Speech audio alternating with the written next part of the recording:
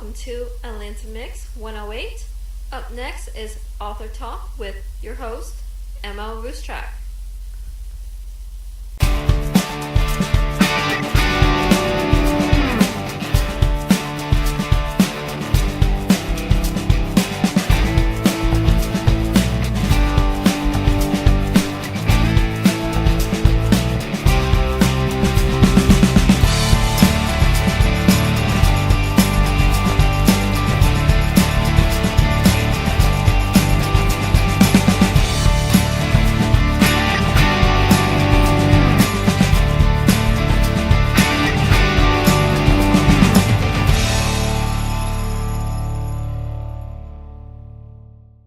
Welcome to Author Talk. This is your host, M.L.Ruscsak. I'm here with D.M.Purnell or Davina. You can find her books on Amazon, and we're going to talk about Simone and the Serpent's Sword. And she is one of my publishing house's very good friend and fellow author from Wild Dreams. How are you doing today? I'm fine. How are you? Good. I know I kind of put you on the spot today, dragging you on a podcast that you're like, I don't know. I'm so good at that, though. So, let's talk a little bit about the Serpent's Sword. Now, obviously, I have not read all the books from Wild Dreams. That's almost impossible to do in our writing lives and our personal lives. It's just impossible at this point. So I haven't had the pleasure of actually reading yours yet. So why don't you tell me a little bit about it? Well, Simone and the Serpent's Sword it was written as a young adult book.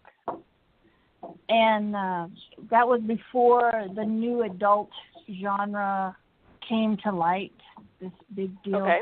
And then I realized that it kind of crosses over. It can be either. But it is kind of a cross between Middle-earth and the Chronicles of Narnia, because you go from modern day to Middle-earth and back several dozen times in the story line.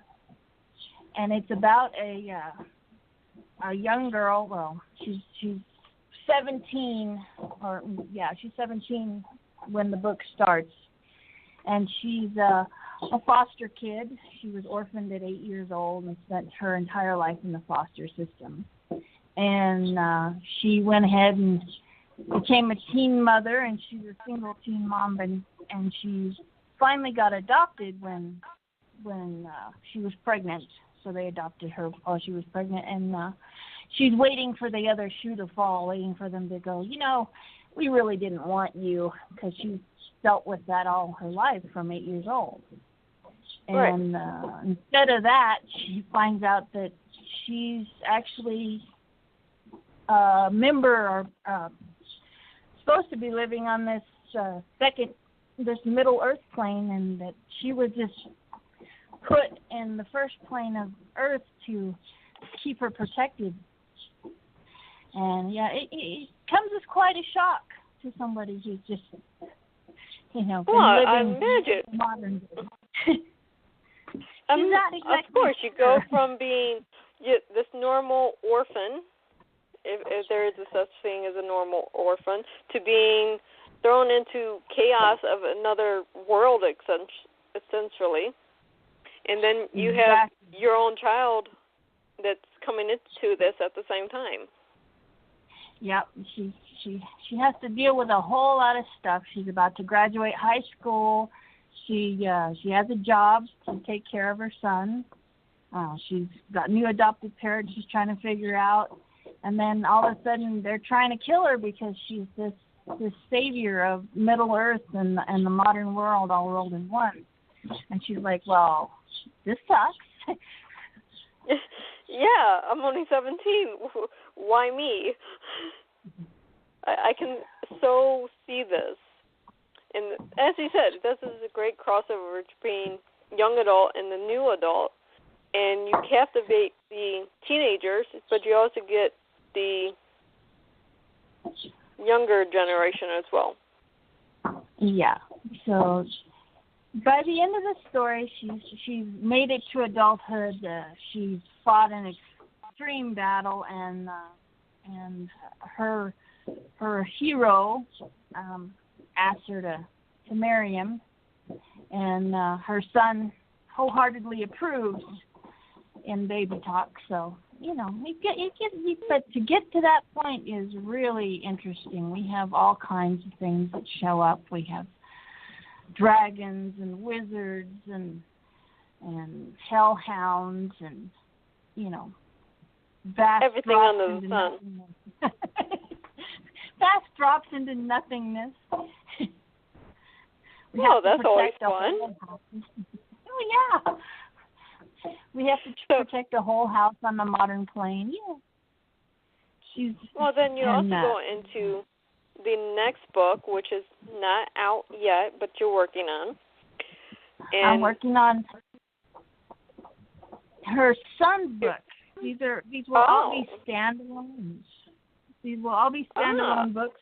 So her story's finished, and the next story is her son's story, because he has a lot of things he's got to work out.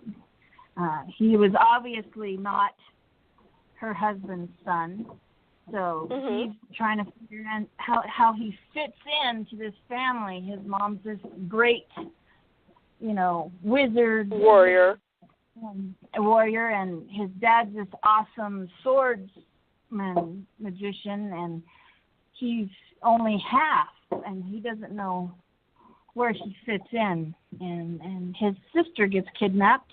And he decides to go chase after his sister because his mother is expecting twins, and he's trying to take care of things so that she doesn't get upset. And he ends up finding out a lot of interesting things about himself.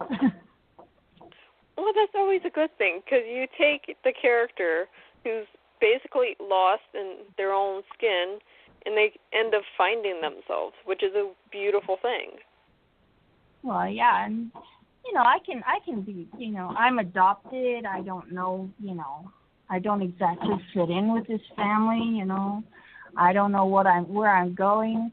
I'm 17. I'm getting out.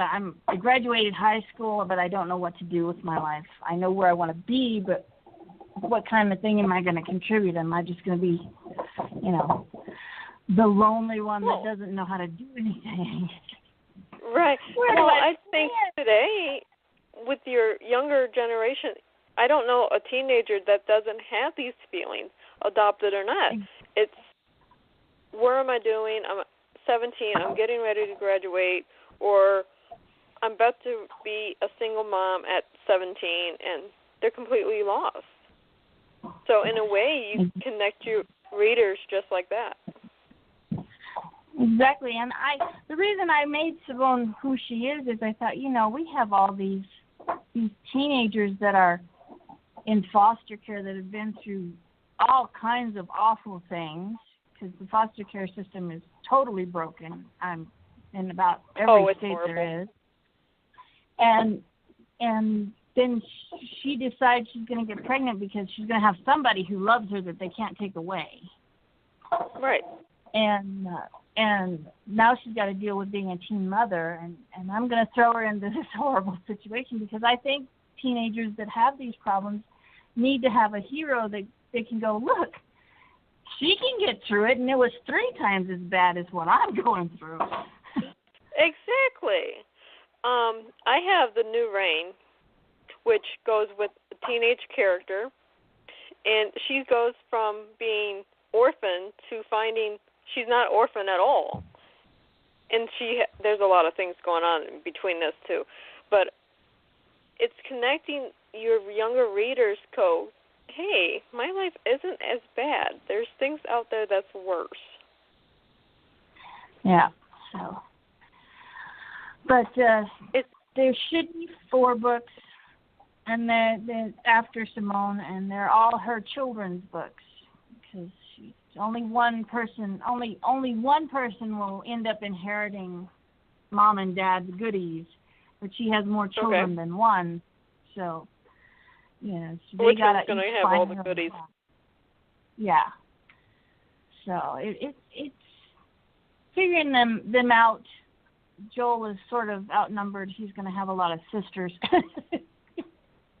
Oh, sorry. He's only going to have a little brother, a little half brother of his mother's. But you know how things happen oddly in books; they just show up. Joel has three siblings from his father, his biological father, and who is, well, he's a piece of work. We won't discuss him because there's a lot of cussing in that particular section. Okay. We'll keep this PG today. Yeah. His father, his biological father is something of a bad kind of guy, and he does die in the book, but he ends up with these half siblings, and he decides to take them to Middle Earth to help their moms out. So there may be a whole lot more involved than I even originally predicted. Well, isn't that fun though when the characters say, "No, I want to do this," and this works out so much better than what you had planned. Oh yeah, those ones that show up unannounced and go, "Guess what? I'm part of this story," and you're going, "Wait a minute, I don't even know who you are." Exactly. I have wrote books or manuscripts because they're not published yet, and I'm like, I don't know where you characters came from. The story is excellent, but I'm like, I didn't plan you. Exactly. I have one. I was writing along. I didn't have a name for the guy that was in the lead. I didn't have a name for the girl that was in the lead. I'm 5 or 6 dozen pages in, and all of a sudden a ghost shows up that is fully formed. He has a name, and he haunts a car, and you're like, wait a minute, where did you come from? That's always fun. It's not just naming the character, it's the characters choosing their name. And then they pop up and they... And I'm going, you realize this dude's car that you haunt doesn't even have a name yet, and you have a name. This is so wrong. But it's fun. It makes the story interesting, more so for the author at that point, because we're scratching our heads like, how did this happen? Because this isn't what I had planned. B, I don't know where the characters came from. And I'm not exactly sure what you're capable of. Exactly. What are you going to tell me? That's one of my favorite questions when you go on the book things and people are doing takeovers and they go, ask me some questions, and everybody like shies away from that point. I throw that question in. What is the most annoying character that ever showed up unannounced? And what did they do? Oh, I have several of those. I love those questions. I do author interviews as well as character interviews, and I put them, these are for other authors to do. And I always love the ones that do the character interviews because they end up answering questions about their character in their character's voice that they didn't even know their character knew about or was going to do. And it inspires them to write a completely different story. Oh, yeah. Who are you? And it's the funniest thing about Simone and the Serpent Sword, I have to admit, is it was a story that I wasn't going to write. I was taking I don't know if you've ever seen it, the writing course for children and teenagers from the Institute of Children's Literature. Yes.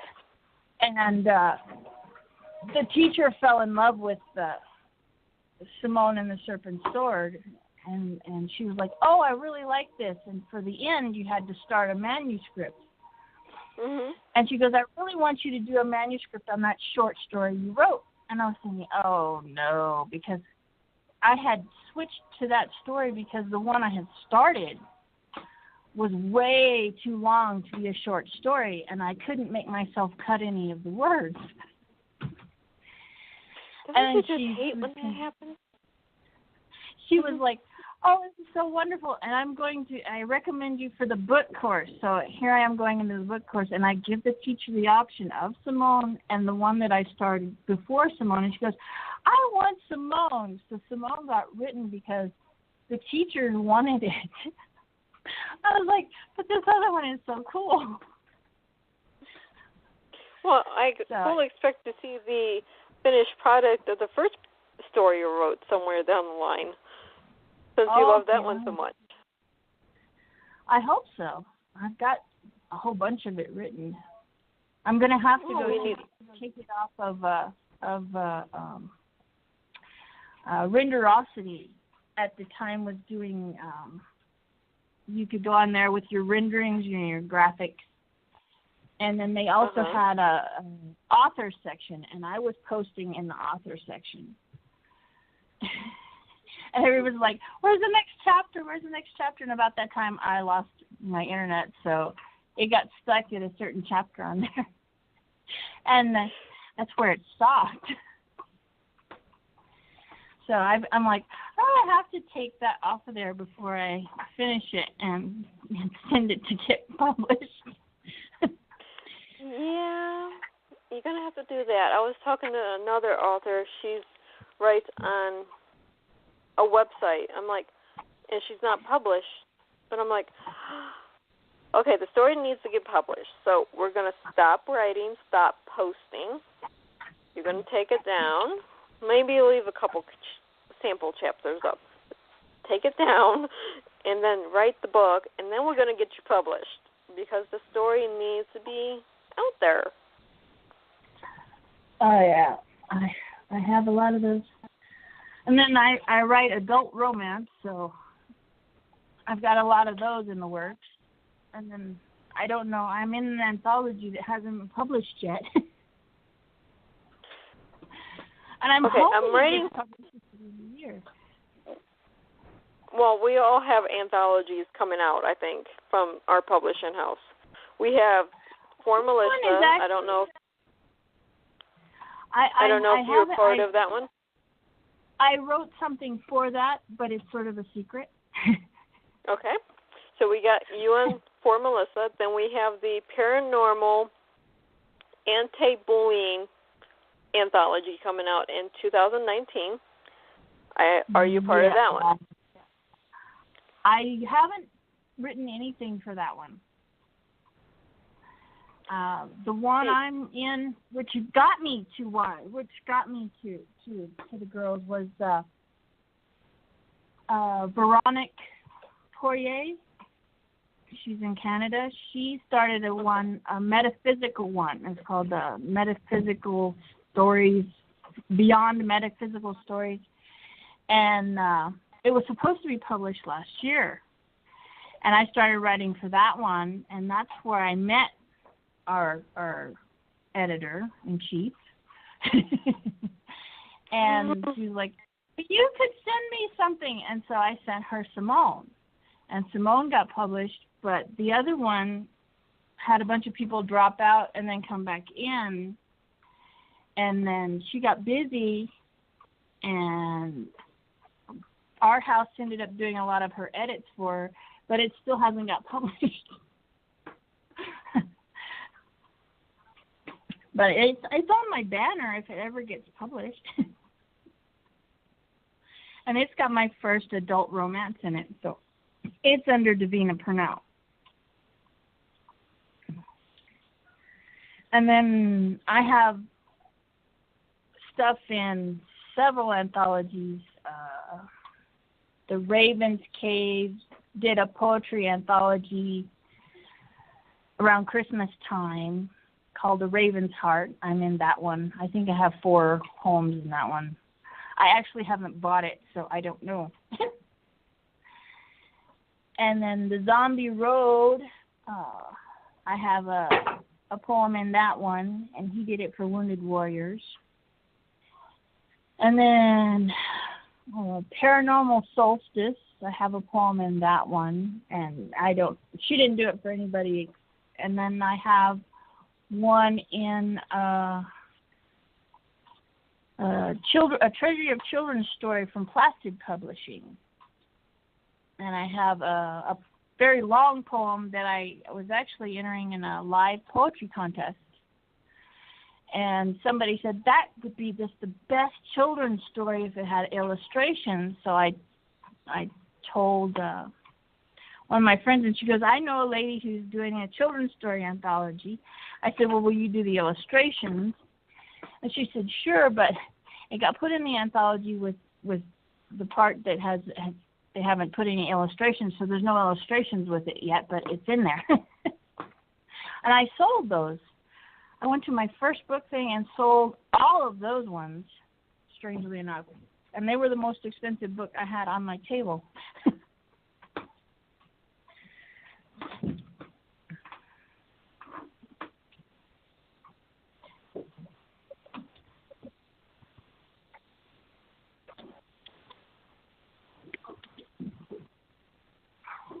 But anyway.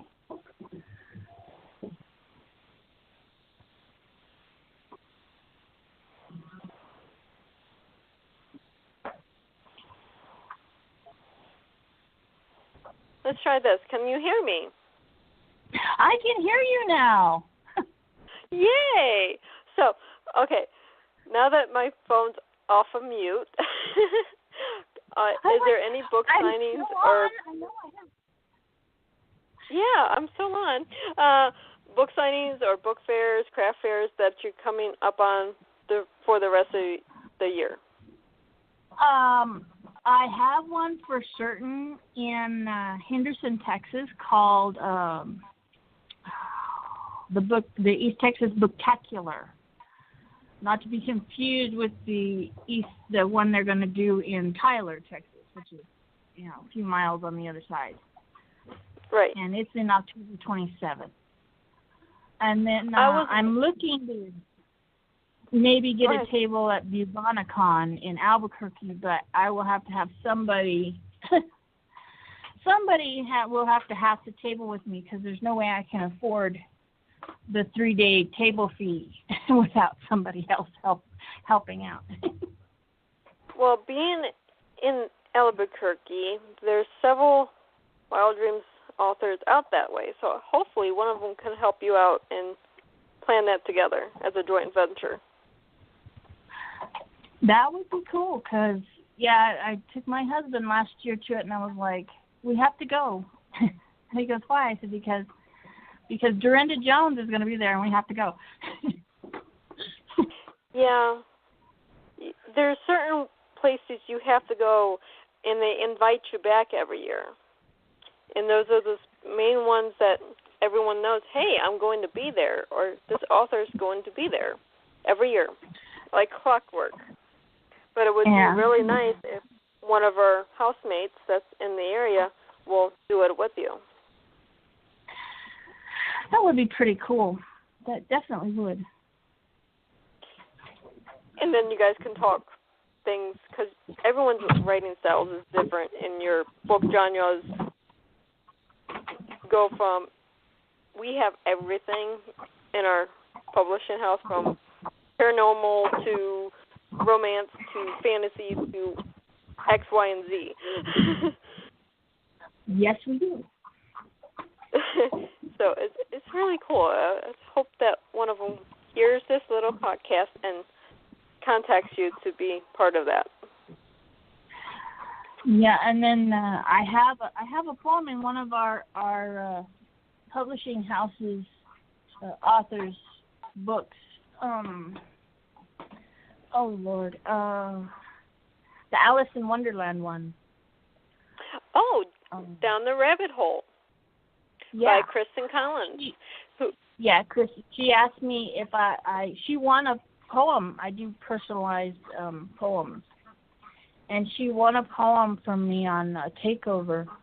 And she goes, could you do one for my book? And I went, sure, I could do one for your book. And so I've done one for that book and then for Eve for her. So in the front of her books are poems from me. Now, here's what's cool. We have your poem, which is on Kristen's book, and Kristen's book is in voting for a Sin book, and she's very close to creating that new ebook format. So we'd have two authors in one book on that format where we can get those votes.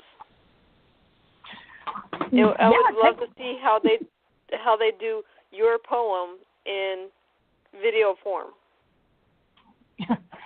Well, that might be really interesting. Because I've read snippets of Down the Rabbit Hole. I've read the poem you're talking about, and everything written is going to be in video format or still frame video format, so it's a little different, but with live action characters and a narrator. But I would love to see it done.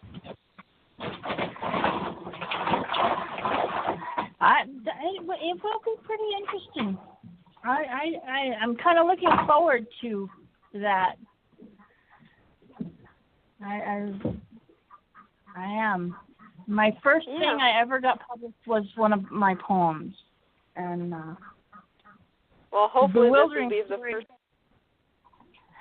Bewildering Stories is an easing, and it still exists, amazingly enough.